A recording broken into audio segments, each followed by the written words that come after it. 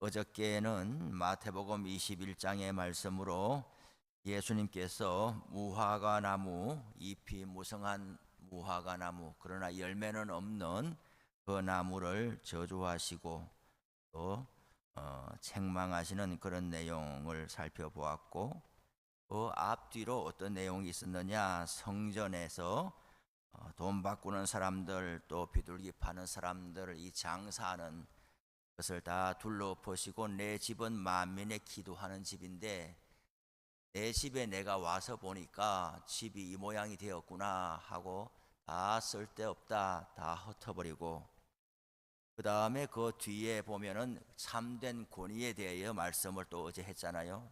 그 사람들은 네가 무슨 권세를 가지고 지금 우리가 여기서 장사 잘하고 환전해가지고 돈 크게 벌고 있는데 네가 왜 와서 행패를 부리냐, 무슨 권세를 네가 어디서 받았길래 이렇게 하느냐 하면서 권세 논쟁에 대해서 살펴보았고, 또 무화과 나무의 그 말씀을 제자들이 어찌하여 말랐습니까? 왜 이렇게 했습니까? 물을 때에 예수님께서 만일 너희가 믿음 있고 의심하지 아니하면 이 무화과 나무에게 된 이런 일뿐만 아니라 이 산더러 들려 바다에 던져지라 하여도 그대로 될 것이다.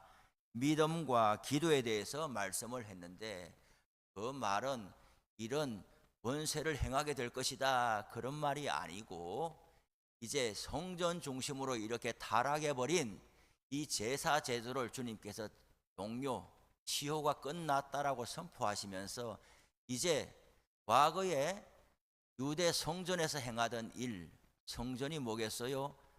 하나님과 사람이 만나는 거죠. 하나님이 사람을 만나 주시는 곳이고, 사람이 하나님 앞에 가서 용서함을 받고 말씀을 듣고 다시금 새 사람 되어서 세상으로 나오는 곳이 성전인데, 성전의 기능이 끝났다. 이제 하나님께서 뭘 주실 거냐? 예수님의 십자가와 부활 이후로 교회 공동체를 줄 것인데, 교회가 성전을 대신하게 될 거다. 그럼 그 교회는 누가 세우는 것이냐? 믿음과 기도로 섬기는 사람들의 공동체가 교회다. 그래서 이 교회는 믿음과 기도로 하나님을 섬기는 사람들은 이보다 더 큰 일을 할 것이다. 이보다가 뭐예요? 지금 여기에 있는 대제사장들과 서기관들과 이 성전을 무너뜨린 이 사람들이 하지 못하고 회방해서 정작 하나님을 만나러 성전에 갔는데, 성전에 가서 오히려 더 곤고함을 당하고 내려오는 이것을 대신하는 공동체 교회, 그것은 믿음과 기도로 세워지는 것이다. 그 말씀을 어제 했던 것이죠. 오늘 이제 향유를 부은 여인에 대해서 나오는데, 어제하고 구도가 좀 비슷한 거죠. 오늘 이 본문 앞뒤로 보면 뭐가 나오는가? 1절 2절에 보면 이틀이 지나면은 유월절과 무교절이라 대제사장들과 서기관들이 예수를 흉계로 잡아 죽일 방도를 구하고 있다 그랬어요. 대제사장과 서기관들이 나오는데 이 사람들은 예수를 죽일 궁리를 하고 있다 나와요. 그리고 오늘 본문 그 다음 단락에 10절 11절에 보면은 가룟 유다가 나오는데, 12 중에 하나인 가룟 유다가 예수를 넘겨주려고 대제사장들에게 가서 그들이 듣고 기뻐하여 돈을 주기로 약속하니, 가룟 유다, 이쪽에는 가룟 유다가 나오고 그 앞에는 대제사장들과 서기관들이 나오는데, 그 사이에 오늘 어떤 여자가 나오고 있단 말이에요. 이 여자는 이름도 밝혀지지 않아요. 한 여자라고 그랬어요. 그래서 우리는 성경을 읽어갈 때에 성경의 배열을 어떻게 해가고 있느냐, 배열을 하는 이유가 있거든요.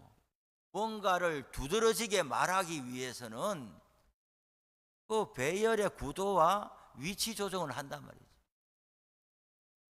우리도 여기 빵 사 먹으러 가면은 이 빵에 안에 뭘 넣는 게 있잖아요. 이렇게 양쪽에 넣잖아요. 이렇게 그 안에 뭘 넣죠?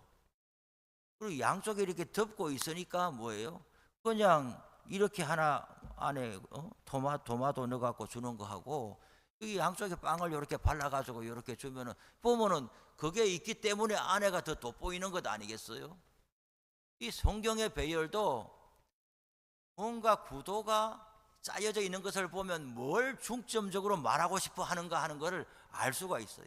오늘 이 대목이 3절에서 9절이 없어도 자연스럽단 말이죠. 대제사장과 서기관들이 이제 예수님을 잡아 죽일 궁리를 한다. 가룟유다가 꼭 마음을 합해가지고 돈 주고 팔아넘길 생각을 한다. 그리고 예수님 최후의 만찬을 하시고 잡혀가셨다. 뭐가 문제입니까? 매끄럽잖아요. 그런데 갑자기 왜 어떤 여자가 나타났다고 이렇게 돼 있냐 말이에요. 그러면 얼마나 이 성경이 오늘 이 대목을 강조하느냐 하는 것을 알 수가 있는 거예요. 예수께서 베다니 나병 환자 시몬의 집에서 식사하실 때에 그랬어요. 지금 예수님이 지금 며칠 남았을까요? 지금 죽으실 날에 며칠 남았을까요? 1절에 이틀이 지나면 그랬잖아요. 이틀 있으면 이제 이 땅을 떠나게 되는 거예요. 죽게 되는 거예요. 내가 남아있는 기간이 오늘 이 이틀밖에 없는 거예요. 그러면 이 이틀을 여러분들은 어떻게 쓰시겠어요? 대체로 의사가 하는 말이 대체로 맞아요. 걸릴 수도 있지만은 의사가 이렇게 모든 걸 검사하고 진단해보고 일주일입니다. 그러면은 거반 맞아요. 저는 예전에 신방을 병원에 갔는데 의사가 일주일입니다. 모든 것이 다 했습니다. 다 상했고 이제 다 됐습니다. 그래서 그 집에 이제 딸이 우리 어머니 신방을 빨리 와달라 그래가지고 병원에 갔는데 어머니 모습이 완전히 건강한 거예요. 어디 하나 그늘진 데가 없고 밥도 잘 드시고 기억도 너무 총총하고 한참을 이야기하다 왔는데 의사가 잘못 진단한 거 아니야? 어림없이 일주일 만에 가시더란 말이죠. 그러면 내 날이 일주일 남았다 이틀 남았다 하면은 여러분들은 그 시간을 어떻게 쓰시겠냐고요.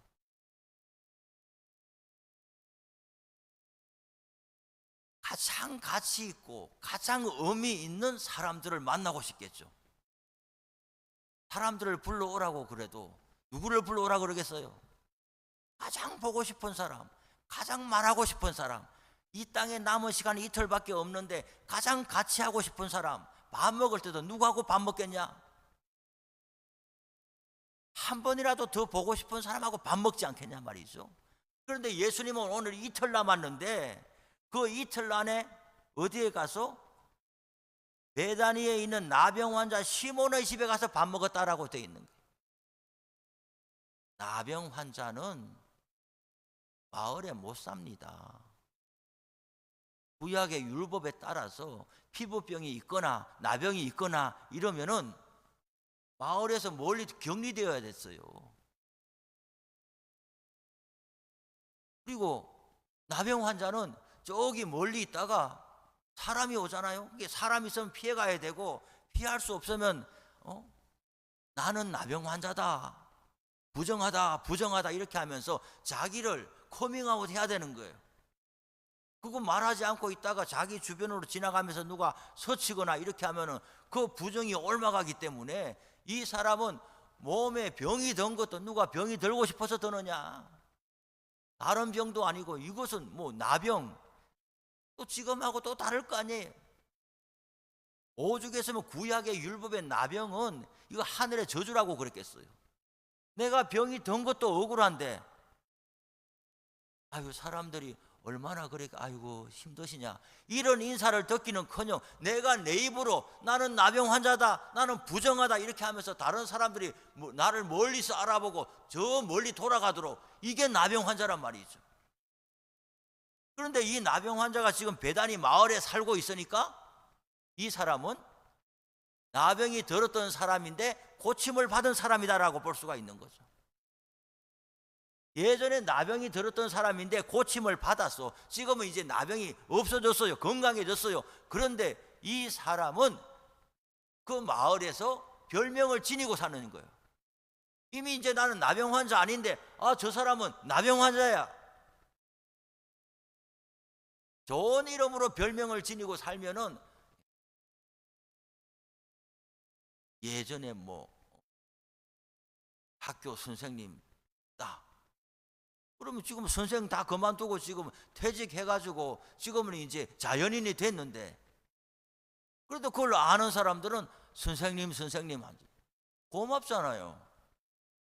현직에 있지 않는데, 내가 현직에 있지도 않은데 왜 선생이라고 부르느냐, 그렇게 화낼 사람이 있겠어요?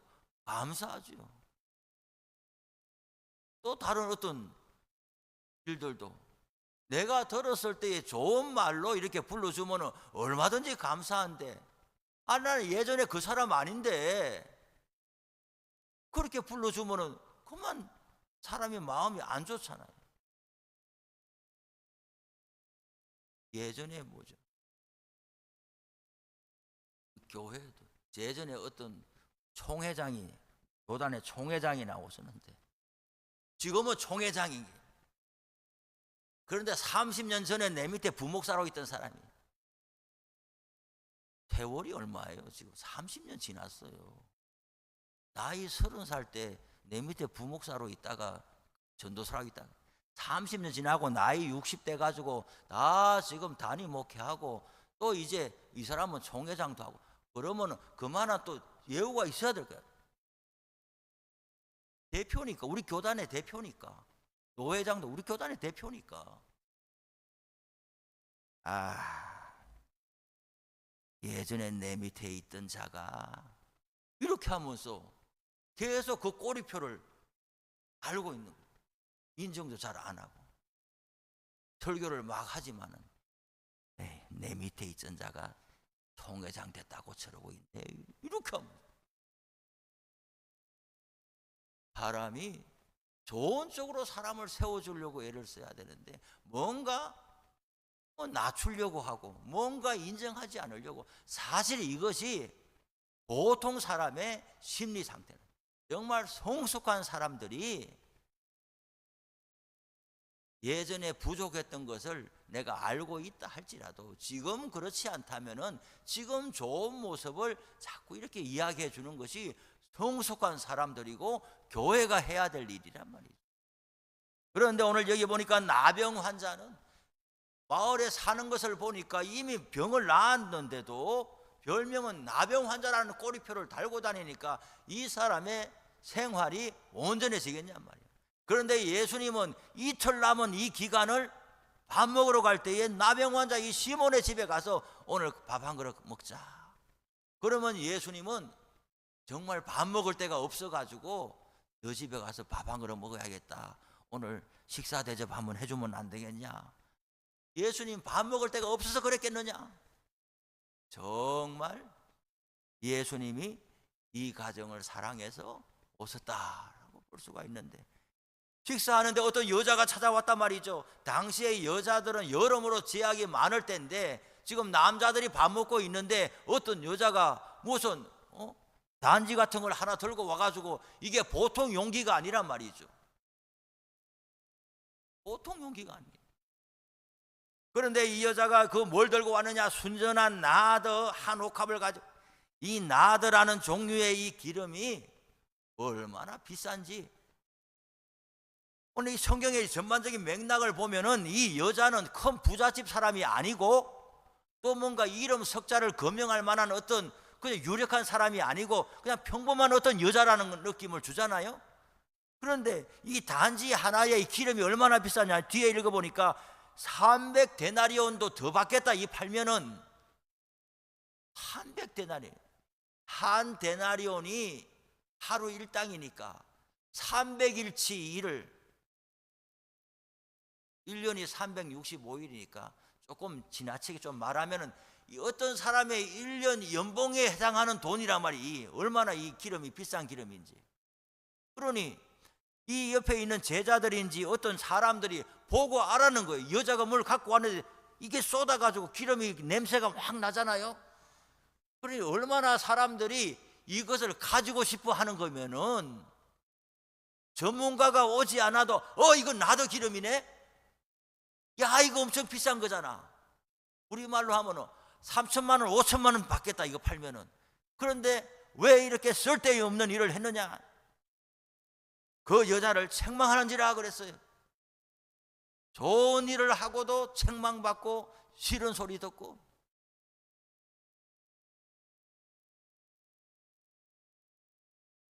나는 그렇게 살지도 않으면서 그렇게 하는 사람들을 보고 책망하고 꾸짖는, 나는 교회를 그렇게 섬기지도 않으면서 섬기는 사람들을 보고 좋은 말로 하지 않는 이런 모습도 사람들에게 많다는 게, 어떤 사람들이 시간을 내서 교회에 와서 뭔가를 일하고 봉사하고 있으면은 아이고 나도 가서 마땅히 그렇게 좀 이렇게 하면 좋을 텐데 아이고 미안하다고, 나는 직장 가고 일이 있어가지고 그렇게 하지 못한다고, 참 잘했다고, 내가 못하는 일을 해서 고맙다고, 이렇게 하면 얼마나 좋겠어요. 할 일이 없냐? 뭔 교회 와서 이렇게 보내고 있냐? 그 시간에 집에서 청소나 하지, 뭐 이런 이야기를 하면 얼마나 마음 상하냐 말이야.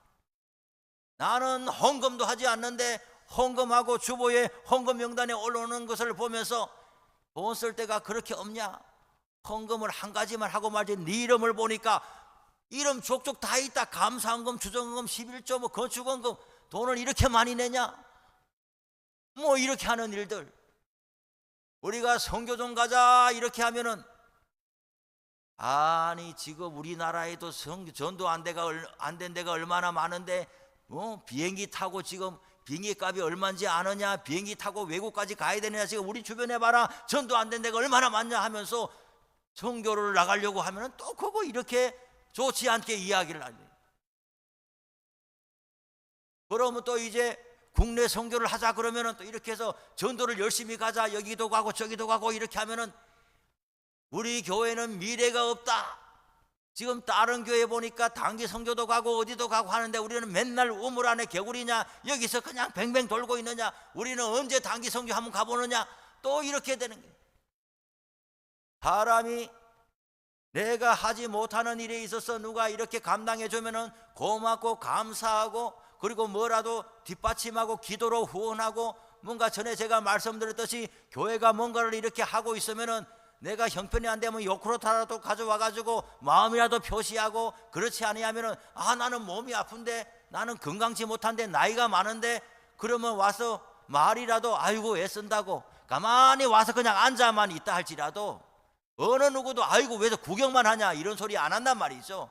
다 형편과 처지를 알기 때문에 마음으로 얼마나 함께 하느냐, 이것이 공동체가 되는 길인데, 나는 하지도 않고 하는 사람들에 대해서 책망하고 꾸짖고, 이런 일들이 사람의 마음에 있는 거예요. 오늘 성경에 보니까 이 여인은 좋은 일을 했는데도 옆에 사람들이 그거 팔아가지고 하면은 많은 사람들을 구제할 수 있겠다, 3천만 원 5천만 원 가지고 구제하면 얼마나 많은 사람을 구제하겠냐, 이렇게 하면서 책망을 했네. 그런데 예수님은 그 책망을 보시고 6절에서 9절에 이렇게 말씀, 가만두어라. 예수님께서 교통정리를 하는 거예요. 왜 이 여자를 괴롭게 하느냐? 본인 집 손님들이 신랑하고 같이 있을 때에 금식할 수 있겠느냐? 사람들이 거꾸로 사는 사람들이 많아요.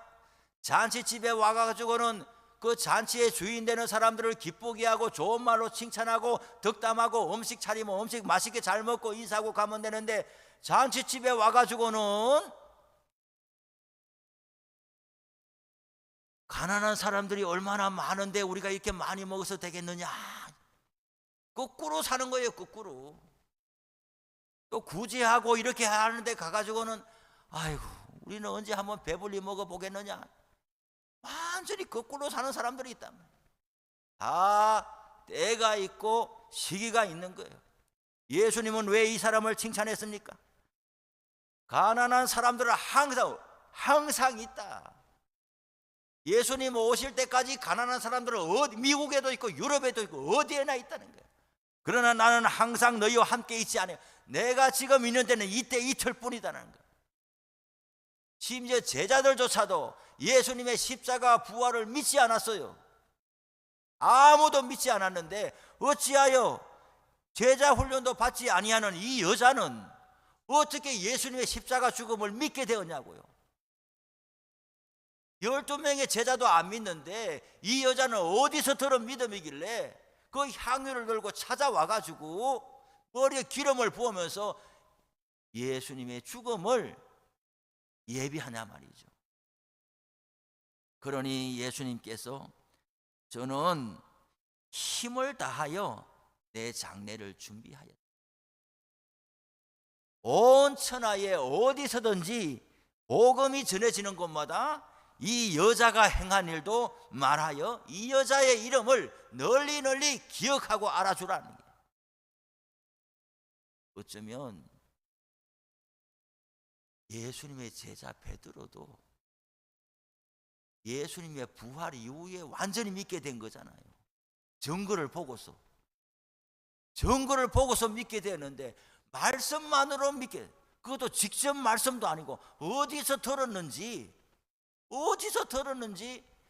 들은 복음을 가지고 친 제자들보다도 더 훌륭한 믿음을 이 여자가 갖게 되었느냐. 말씀을 마칩니다. 예수님께서 인정해 주시고 알아주시고 저의 이름을 기념해라, 이런 우리들이 돼야 되겠단 말이에요. 교회는 세상과 다릅니다. 신앙생활의 이 계산법은 세상의 계산법과 다릅니다. 내가 하는 말이 교회가 아니라면 다 맞을 수 있어요. 내 평생 살아보니까 이렇더라, 내가 세상 경험 많이 해보니까 이렇더라, 그거 다 맞을 수 있어요. 그러나 교회를 섬기는 것은 다르단 말이에요.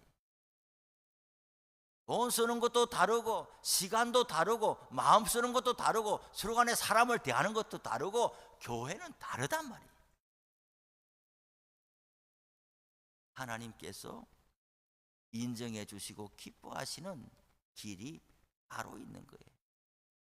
우리는 이 고난주간 지나가면서 주님께서 인정하시는 사람, 복음을 온전히 받아들이는 사람, 직접 들었던 사람보다도 더 나은 믿음으로 주님을 기쁘시게 하는 사람, 그런 사람 우리 교회가 되어야 될 줄로 믿습니다. 기도 제목 같이 읽고 주기도문하고 우리 기도할 텐데요. 다 표를 나눠 드렸습니다. 오늘은 자신을 깨뜨려